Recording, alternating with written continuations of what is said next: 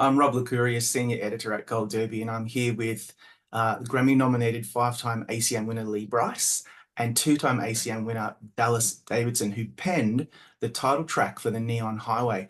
Gentlemen, I think this song is so awesome because of the way that it connects to the story of this film. And so I want to talk about some of the lyrics. And the one lyric that always sticks with me, of course, is the refrain, living the dream on the neon highway, and the only way to do it is to do it my way. That's so pivotal to the theme and tone of the film, isn't it? And did it take you long to get to that really interesting lyric? Lee, I would take that real quick because I think you and I we can finish each other's sentences on that one. You know, we are living the dream, being able for me to write songs for a living, and Lee being a great songwriter in his own right, but to perform and doing it our way. We did do it our way. Lee and I go back 20 years. So to say living the dream and doing it our way is an understatement. That's exactly what we did. So when I sat down and wrote the song, that line just kind of flew out because when we write songs, we really get in touch with who we are, and it comes out as a songwriter naturally. And that one just kind of flew out. Yeah, doing it our way is kind of I think the reason why there's been a little longevity in our careers. I didn't write the song, but a lot of times it's harder to kind of stay down at what you're going to do, because it's easy to kind of say, hey, I'm going to go chase something that's already happening or whatever, and do what's already going on or whatever's hip. And so, Dallas was spot on when he wrote down, and whenever he just thought about that, because that just came out of his mouth naturally, because he's always done it his way. And like, look, Dal is not shy to tell you, no, this is what I'm feeling. I want to be honest. And so he's gonna be honest with you at all times. Yeah, and to add, Rob, to what Lee just said, we did it our way, and we found that when we wrote songs early on and people started latching or being drawn to what we were saying, and we were having success with that,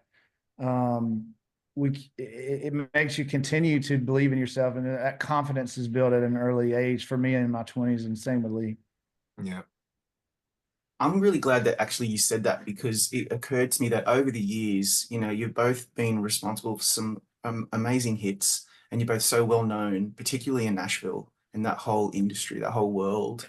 How does it feel when you're putting out your creative output, stuff that comes from your heart, and people are really responding to it like that, and now responding to a song like this that really caps a really aspirational story about these two men in this movie? What do you think, Dallas? I mean, when you speak the truth, and it's like performing a song. Say I write a song, right? It's a hit, big hit, and I go to the show, I go to the concert, and instead of standing on side stage or backstage, like Lee, somebody like Lee would certainly give me a nice laminate, and I go to the crowd and I watch how they respond, and the best feeling in the world is to hear someone sing the words to your song back. So I don't know if that exactly answers your question, but it made me think of that when you were asking the question. Is when you write a song and you connect, you use that word. It's the best feeling in the world, and to be able to do that. And when in this film, it was different. I've never done this before. I can honestly say I'm a rookie. Reading that script over and over just to make sure that I did not mess this up was a challenge. It was different. It was hard, and I really studied what the producers were, and the directors and the writers. In fact, being a writer, I wanted to write that song that fit the script, and that was my goal, and I hope it connected. I think we're finding out. Mm-hmm. Lee, how about you? When you're on stage and you see the crowd react to something that you've created and something that you're giving to them, it's a similar thing to what happens in a film. You make a film, and you make the songs or the score. You want it to really resonate, and when it does, what does that actually feel like? A lot of us don't really know what that feels like.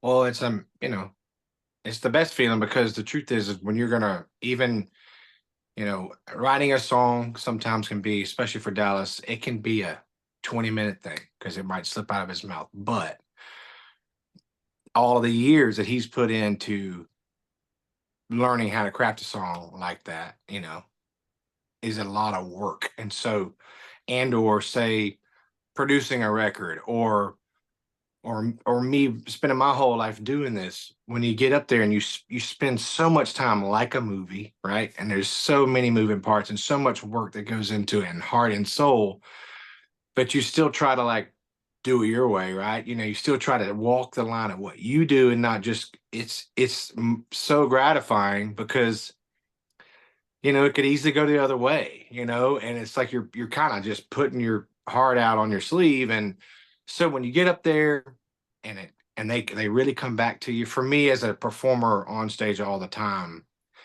that's what I live for, is not the applause, but the connection. Like when they applaud, or they stand up, or they're crying, or they're laughing out loud, belly laughing, are they listening like a pin drop in a 10,000 person arena? That's the connection that I always dreamed about having. And then I've been able to experience a lot, and there's nothing like it because we've worked so long for it, Uh, so yeah, it's a really gratifying and humbling, and going, Dallas talked the other day about looking up and seeing like the awards and stuff he's had on the wall, and it just hit him, like, gosh, God's been good to me. Like there's a true gratification in putting your whole life on the line for something. And so that moment when those people sing back to you like that, it really is, what we do this for. Yeah, it's really breathtaking. I love being in an arena and experiencing that with all of my fellow fans. The reason why I bring it up is because one of the central themes of the film is this highway of broken dreams that many, many artists and all kinds of professionals travel along before they get to where they want to be. And for you guys creatively, you're there. I mean, you have you can even get even bigger, but you have achieved such great success, but you've been on that highway. And I just wonder, did that theme from the film resonate with you both personally when you came together to create this song? I'll go with you first, Dallas. Well, absolutely, it resonated with me. The first read, I went, oh wow, I'm that guy, except I made it, and I didn't have to go home and come back. Did I get here and I left my family, I left my friends, I left my loved ones, I left everything I knew to be normal, to move to Nashville, Tennessee, and you're putting yourself out there, and then for it to work, when you're kind of writing a song as the character, you're putting yourself in their shoes. I was able to extremely relate to that character when he made it, and I know what that feels like. I also have seen many people struggle and have to move home, and so that resonated with me in a big way. I sympathize with people that weren't as blessed as I was, or Lee was, to be able to be successful, and I mean we got to do what we dreamed about doing, and we're still doing it right now. We're talking about it, in fact. And what Lee mentioned earlier about that kind of aha moment I had at the studio when I walked in. I had stepped away from really music in general for a little while, and I walked back in my studio, and it was down the hallway, and I have these awards on the wall. And the reason that Lee knows this story is another song that we have together, and it's called Cry, and we were talking about men crying, and I was like, man, I fucking freaking boohooed the other day because I saw how, what has actually happened to me. It was not a pinch yourself moment. It was like a tears rolling down my face moment. I can't believe this happened. So yeah, to answer your question, it's like, what just happened? This is I am that guy. I just did it a little different, and I had more opportunity, and it happened faster for me. Lee? I mean, yeah, I mean, I found myself, I'm not a experienced actor. I've been in a couple of little tiny little moments and a couple of 2 or 3 movies.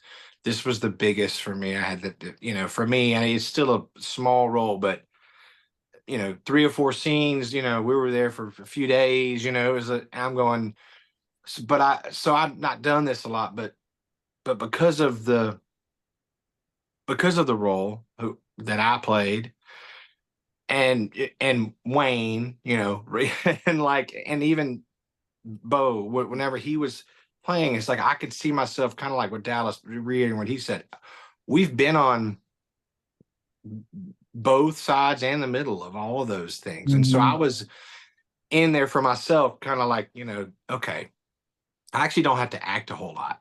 I can just sort of be who I am, because at the moment I was sort of that guy, a little bit, and I could totally relate to the guys around me, even legitimately when we're in the studio and I'm kind of getting pushed in the corner, but also trying to get pulled out.